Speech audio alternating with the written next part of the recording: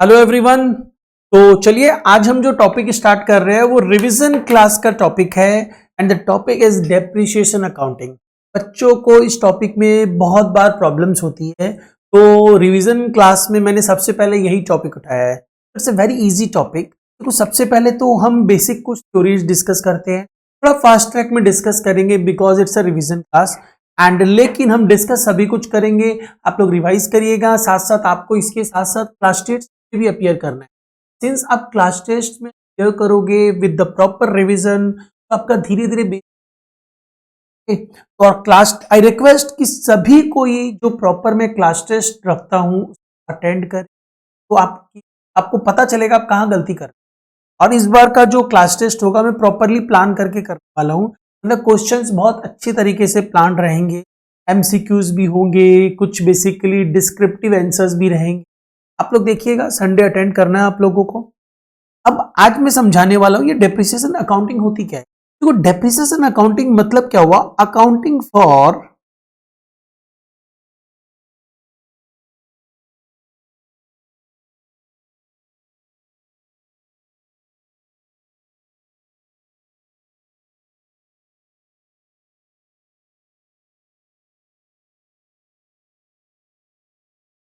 Accounting for reduction value of fixed assets. Fixed assets के value में जो reduction होता है उसके लिए आपको अकाउंटिंग करना, दैट इज डेप्रिसिएशन। तो बेसिकली डेप्रिसिएशन का मतलब क्या होता है, डेप्रिसिएशन का सिंपली मीनिंग होती है रिडक्शन इन वैल्यू। डेप्रिसिएशन की का ही मतलब होता है reduction in value.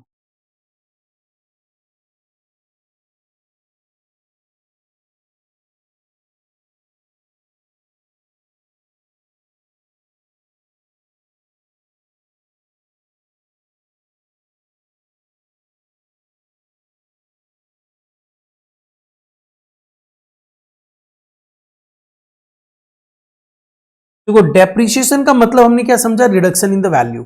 Depreciation word का मतलब होता है रिडक्शन इन,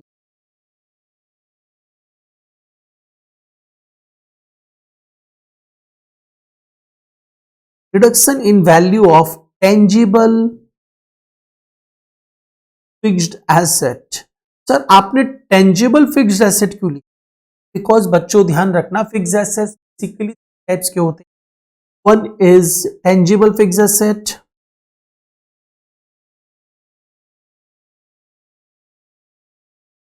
जिसे आप टच कर सकते हो, फील कर सकते हो, देख सकते हो, तो टेंजिबल फिक्स्ड एसेट्स बोलते हैं। लाइक बेसिकली एग्जांपल में मैं बोल सकता हूं फर्नीचर,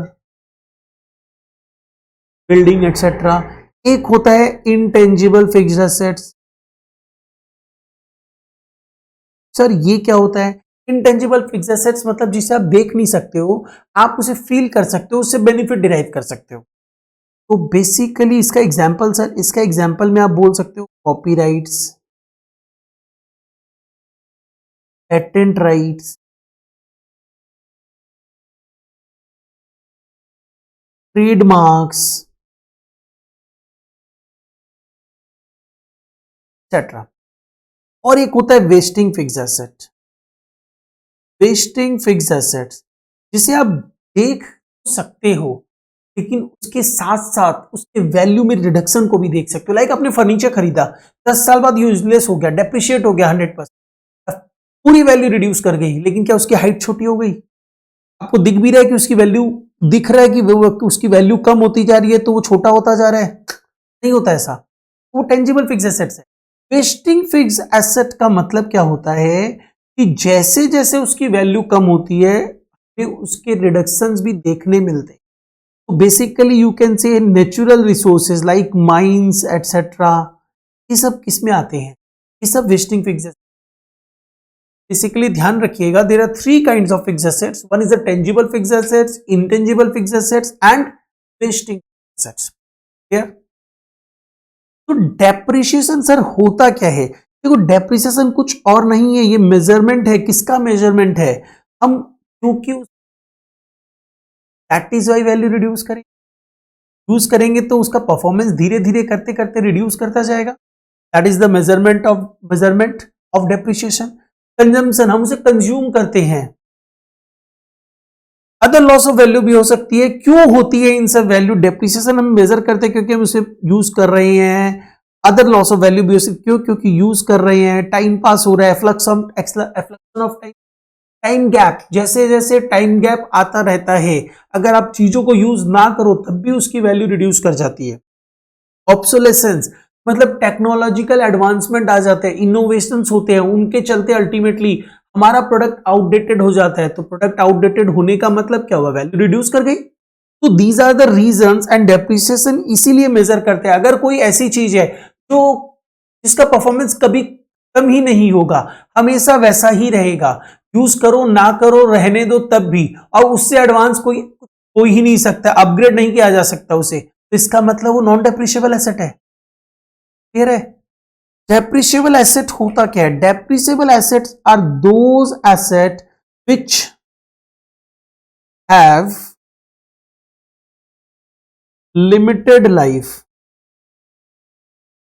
लाइफ लिमिटेड होनी चाहिए।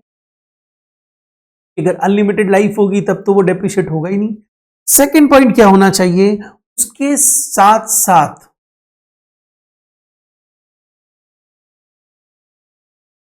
उसका बिजनेस यूज होना चाहिए। अब घर की चीज को डेप्रिशिएट नहीं करते, उसके लिए बुक्स ऑफ अकाउंट्स ही नहीं बनाते, तो डेप्रिशिएट कैसे होगा? राइट?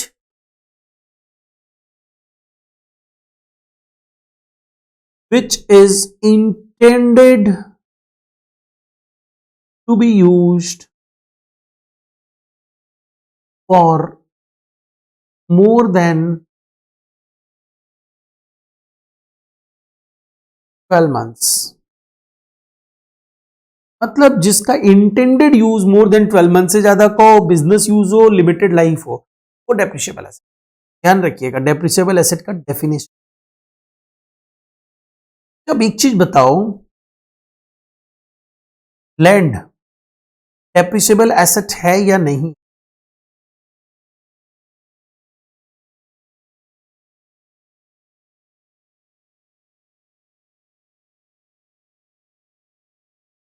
लैंड डेप्रिशिएबल एसेट नहीं है, क्योंकि नॉर्मली लैंड की वैल्यू क्या होती है? एप्रिशिएट करती है ना। एकदम गलत रीजन। बिकॉज लैंड की लाइफ अनलिमिटेड होती है, that is why land is a non depreciable. अगर अपने लाइफ को चेंज कर दे, लाइक ये जनरली लैंड कुछ नहीं बोला जाए तो लैंड का मतलब होता है free hold land. Free hold मतलब आपकी ओनरशिप में। अगर आप लीज होल्ड लैंड की बात करो या एग्रीकल्चरल लैंड की बात करो,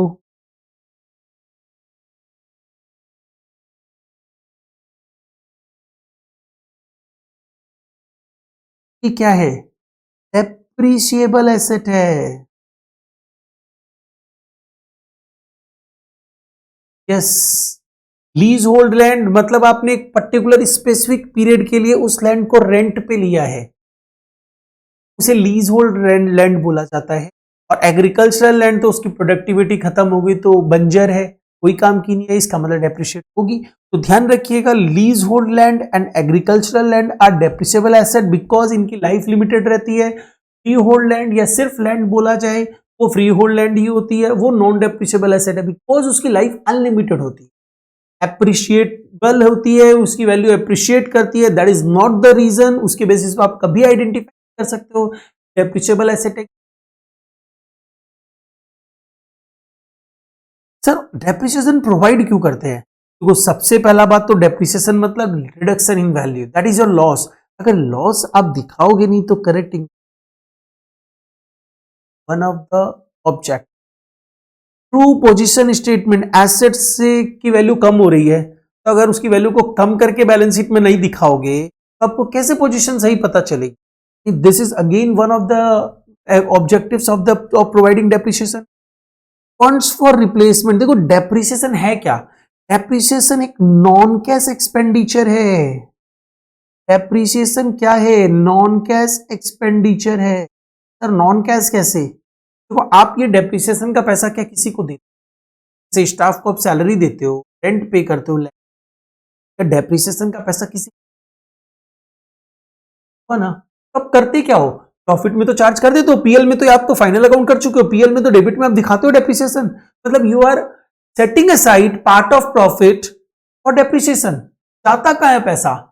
इकट्ठा होता है। क्यों इकट्ठा होता है? क्योंकि आप उसे जमा करते करते करते करते एक दिन ऐसा आएगा जब आपका वो एसेट जो था जिसपे आप डेप्रिसिएशन चार्ज कर रहे हो वो तो बेकार हो जाएगा, तो बिजनेस बंद कर दो, या बिजनेस चलाना है तो नया एसेट लाना पड़ेगा, और to bring back new asset आपको फंड चाहिए।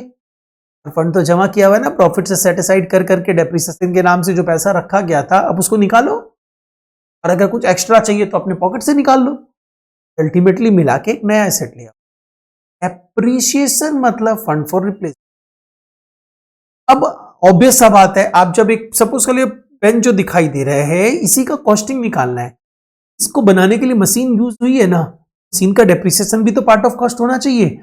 सही कॉस्ट ऑफ प्रोडक्शन निकालने के लिए भी हमें अल्टीमेटली डेप्रिसिएशन, उसके अलावा स्टेच्यूटरी कंप्लायंस मतलब एज पर द लॉ हमें डेप्रिसिएशन चार्ज करना। यहाँ पे बस ये 1956 की जगह 2013 का, अब कंपनीज एक्ट 2000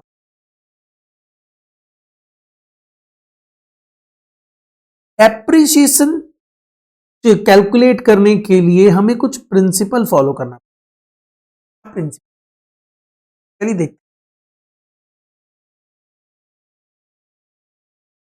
देखो हम डेप्रिसिएशन जो प्रोवाइड कर रहे हैं, प्रिंसिपल क्या बोलता है? डेप्रिसिएशन को एलोकेट किया जाता है, डेप्रिसिएशन इज एलोकेटेड, इसलिए एक fair proportions of the depreciable amount निकालने over expected useful life of the, मतलब वो एसेट जो डेप्रिसिएबल है उसकी एक्सपेक्टेड यूजफुल लाइफ में हम एसेट्स के कॉस्ट को एलोकेट कर देते हैं, right?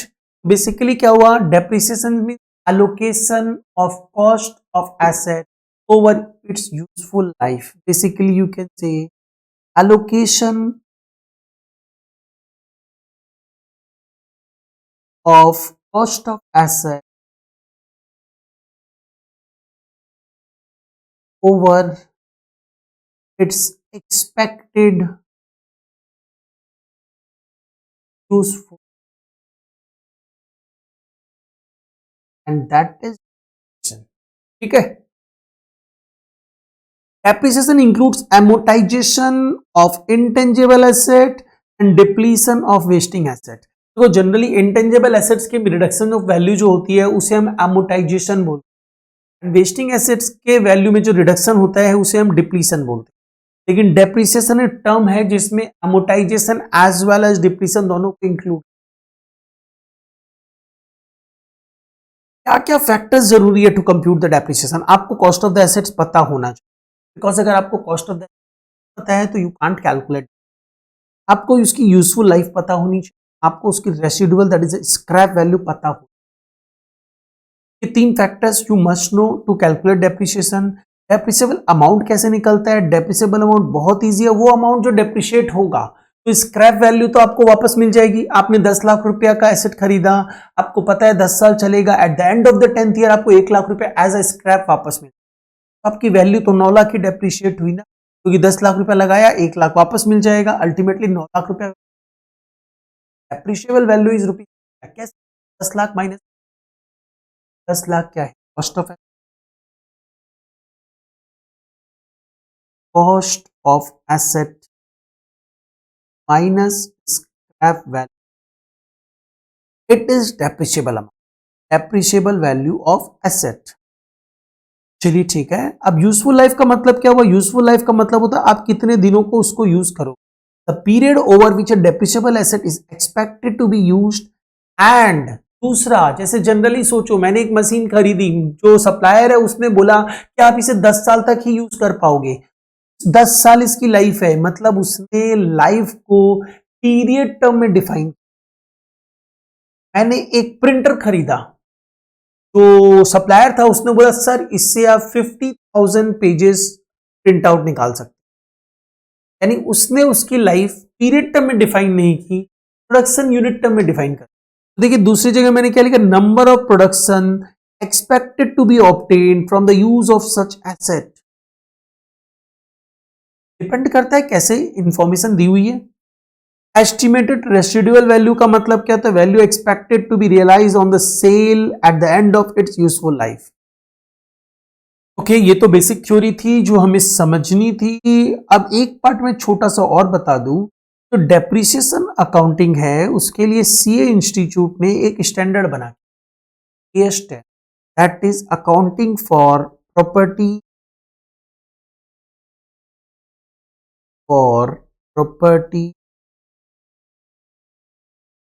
Plant and,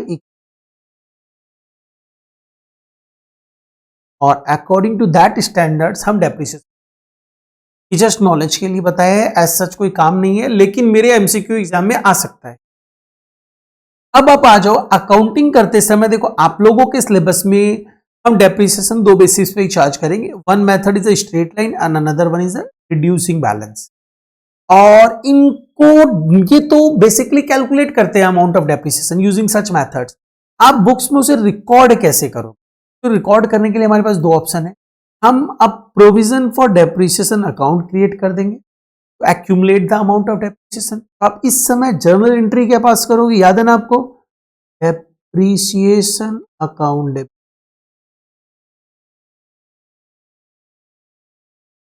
to provision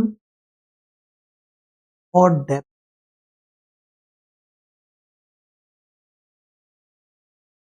in such a case होने क्या वाला है? In such a case asset will appear at cost, because देखो एसेट्स को आपने credit, asset appear in balancing at cost. ठीक है. एंड या तो आप दूसरा तरीका फॉलो कर सकते हो. वो क्या होगा? डायरेक्टली आप अल्टीमेटली देखो यहां पे लिखा भी है मैंने, assets are carried at historical cost, और यहां पे asset account is carried at historical cost less depreciation. What is the journal entry? Journal entry आप पास करोगे यहां पे depreciation account debited to fixed asset account. Okay, got it.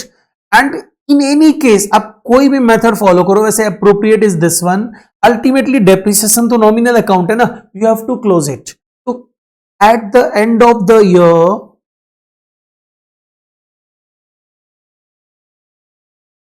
हम क्या करने वाले हैं? डेप्रिसिएशन को क्लोज करने. क्लोज, क्योंकि depreciation nominal account. Close depreciation account. Entry क्या पास करोगे? एंट्री आप पास करोगे PL account debited to depreciation account. ठीक है. अब आप डेप्रीशिएशन कैसे चार्ज करते हैं? देखो स्ट्रेट लाइन मेथड का एक और नाम है, that is original cost method या फिक्स्ड इंस्टॉलमेंट मेथड. इसमें डेप्रिसिएशन देखो, ये स्ट्रेट लाइन मेथड में डेप्रिसिएशन चार्ज करने, cost of asset into rate of depreciation. Rate अगर निकालने बोल दे तो क्या करोगे? आप सिंपल सा फॉर्मूला अप्लाई करोगे, annual depreciation divided by cost of asset.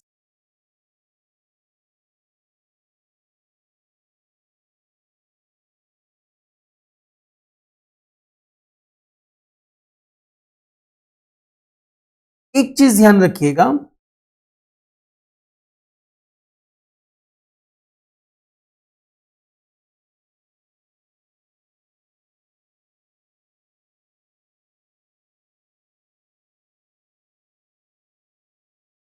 Cost of asset include cost of purchases. आपने जिस प्राइस में मशीन को, एसेट को खरीदा, उसके अलावा expenses incurred till time of installation. Okay, मतलब आपने 10 लाख में एक प्लांट खरीदा, आपने उसे क्या किया, सपोज कर लो यूएसए से खरीदा कि इंडियन नेशनल रुपी 10 लाख थी, इंडिया में आने में उसका ट्रांसपोर्टेशन चार्जेस लग गया 2 लाख रुपए और इंस्टॉल करने का खर्चा लग गया 1 लाख। आप बोलेगे सर 10 लाख मशीन का cost, that is cost of expenses incurred till the time of installation, 2 lakh रुपया ट्रांसपोर्टेशन चार्जेस और 1 लाख रुपया इंस्टॉलेशन, लाख रुपया वो भी कॉस्ट ऑफ एसेट्स में काउंट होगा, उसे ट्रांसपोर्टेशन चार्जेस या वेजेस दिखाना। तो एक्सपेंसेस जब तक वो चीज इंस्टॉल नहीं हो जाती है तब तक का सारा खर्चा आप एसेट्स के नाम। अगर आपने कोई सेकेंड हैंड मशीनरी खरीदी तो उसके ऊपर जो खर्चा लगता है जब तक उसको आप रेडी फॉर यूज नहीं कर लो, उसे ओवरहॉलिंग एक्सपेंसेस बोला, उससे भी आप कंसीडर करोगे एज अ कॉस्ट, उसे एक्सपेंडिचर मत दिखाना। थोड़ी सी थ्योरी है, please read it, general reading GR कर लेना।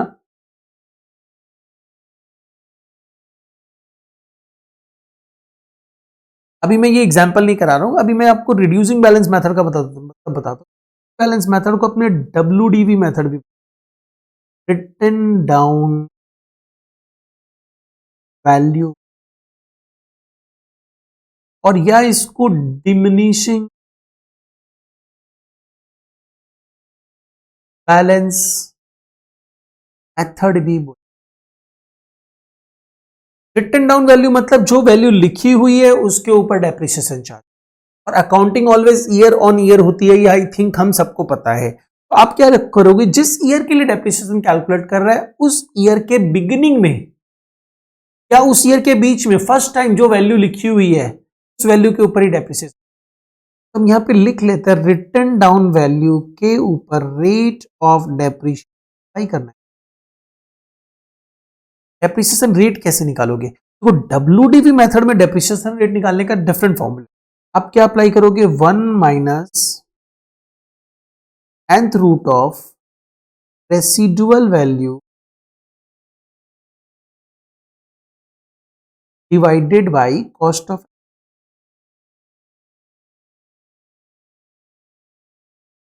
where n refers to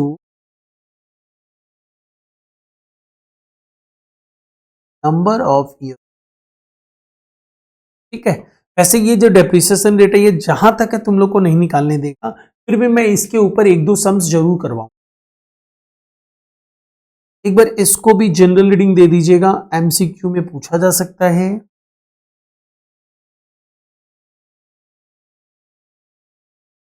अभी अपने जो बीच में सम्स थे उन्हें नहीं किया गया है, हम बाद में करेंगे। अभी इधर आ जाओ, तो बेसिकली मैं आपको समझाना चाहता हूं कुछ इलस्ट्रेशंस के थ्रू। जैसे सपोज कर लो मेहताब नाम के बंदे ने एक मशीन खरीदी 1 अक्टूबर 18 को, जिसमें उसने 5 लाख रुपया में खरीदी, जिसमें CGST and SGST 6%, loading and unloading के लिए कुछ खर्चा किया, कैरेज के लिए कुछ खर्चा किया, इंस्टॉलेशन के लिए कुछ खर्चा किया। अब क्वेश्चन ये आता है, हम पूछ क्या रहे हैं, how much amount did Mehtab pay to the vendor for the machine. उसने क्या पे किया, मशीन 5 लाख की खरीदी, इसमें उसने जीएसटी 6% करके 5,60,000। उसने मेहताब ने सप्लायर को कितना पैसा दिया, 5,60,000। जीएसटी तो देना पड़ेगा, लेकिन जीएसटी एसेट्स के कॉस्ट में काउंट नहीं। तो क्वेश्चन ये आता है कि कितने अमाउंट से आप मशीनरी को डेबिट करो, परचेज करोगे तो डेबिट ही तो करोगे, कॉस्ट ऑफ मशीन लोगे, जीएसटी के जीएसटी आपको बेनिफिट मिल जाएगा। दिस नॉट बी, तो GST should not be considered as a cost, GST को आप कॉस्ट में। Expenses incurred till the time of installation हमने ले लिया, तो अल्टीमेटली हम मशीन को कितने से डेबिट करेंगे, 5 लाख। That's it. वैसे एक चीज और बता दे रहा हूं, जीएसटी का कैलकुलेशंस अगर आप करो तो उसके लिए काम लगेगा, अदरवाइज डेप्रिसिएशन जोड़ करके रिकॉर्डिंग कर, क्योंकि मशीनरी अकाउंट को तो डेबिट आप किससे करोगे, विदाउट जीएसटी अमाउंट। कंफ्यूज मत होना।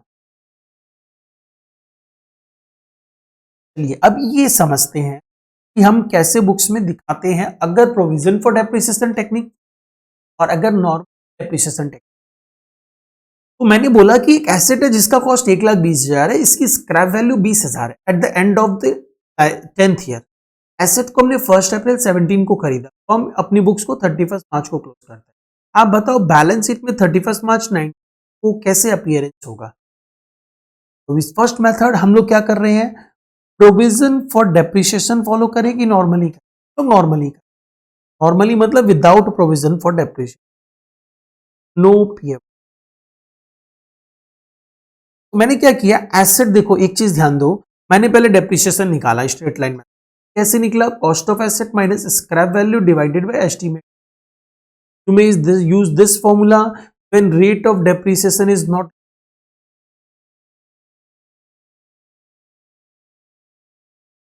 और अगर रेट ऑफ डेप्रिसिएशन गिवन है तब तो आपको रेट ही करनी है कॉस्ट पे। आपको पता चल गया 10,000 रुपए डेप्रिसिएशन है, आप अपने 1 अप्रैल 17 को खरीद, 31 मार्च 18 पहला साल खत्म हो गया, एसेट्स 1,20,000 का था, इसमें से 10,000 चला गया तो बचा कि 1,10,000। इसको मैंने दिखाया 31 मार्च 9 मतलब 18-19 से क्लियर है ये, इसमें मैंने दिखाया 1,10,000 और डेप्रिसिएशन लेस किया value 1। In this way will show asset account in the balance sheet. अगर डायरेक्टली डेप्रिसिएशन एसेट्स पे चार्ज किया और मैंने एसेट अकाउंट बनाया अपने पास की assets account debit, first year का चार्ज किया डेप्रिसिएशन एसेट अकाउंट, बैलेंस कितना, फिर मैंने उसको ब्रॉट डाउन किया 1,10,000, फिर डेप्रिसिएशन चार्ज किया, depreciation to asset, depreciation account में मैंने क्या किया 31 मार्च 18 को मैंने 10,000 दिखाया डेप्रिसिएशन, फिर अगेन मैंने दिखाया डेप्रिसिएशन टू एसेट 1,10,000, मैंने क्लोज कर दिया। अगर हम सेकेंड मेथड यूज करें मतलब पीएफडी टेक्निक यूज करें तो क्या करेंगे, तो देखो मैंने क्या किया, एसेट को ओरिजिनल कॉस्ट पे ही रखा, डेप्रिसिएशन क्या किया मैंने, एक डेप्रिसिएशन 31 मार्च 18 का 10,000 और दूसरा डेप्रिसिएशन 31 मार्च 9 का 10,000 इकट्ठा कर लिया, टोटल 20,000 हुआ, मैंने उसे यहां पे लेस कर दिया। Alternatively if you want you may show it on the, इस प्रोविजन को आप यहां पे लाइबिलिटी में दिखा सकते, सीधा सीधी ओरिजिनल कॉस्ट 1,20,000 आउटर कॉल। एसेट अकाउंट कैसे बनेगा, assets account debited to bank, balance हो जाएगा, balance brought down. Provision for depreciation में क्या होगा, आप डेप्रिसिएशन क्या करोगे, depreciation account debited to provision for depreciation, तो मैंने फर्स्ट ईयर दिखाया डेप्रिसिएशन फॉर डेप्रिसिएशन बैलेंस, फिर दूसरे ईयर दिखाया बाई डेप्रिसिएशन, तो टोटल तो 20,000 का डेप्रिसिएशन। तो इस टेक्निक से पता चलता है कि ऑन 31 मार्च 9 मेरे पास डेप्रिसिएशन के नाम से 20,000 रुपया का फंड पड़ा हुआ है तो एसेट को रिप्लेस करने के लिए, ठीक है, ये पता चलता है। डेप्रिसिएशन नॉर्मल है, डेप्रिसिएशन फॉर डेप्रिसिएशन कर दे, फिर depreciation account debited to provision for depreciation. Fast track revision तो हम थोड़ा फास्ट में कर रहे हैं, आप लोग गो थ्रू करिएगा, कहीं भी डाउट लगे तो डिस्कस करिएगा, पूछिएगा, कॉल कर सकते हो, व्हाट्सअप कर सकते हो। अगर फिर भी ज़्यादा डाउट लगे आप लोग अपने कन्वीनियंस के अकॉर्डिंगली मेरे से डिस्कस करके लाइव क्लास ले, 1-to-1 बेसिस पे जो भी डाउट्स होगा अपने डिस्कस।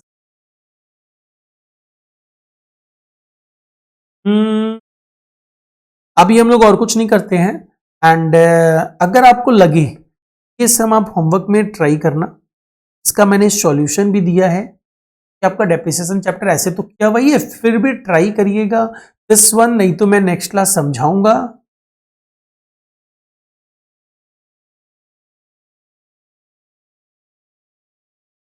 एक बार फोर्थ नंबर भी ट्राई करिए।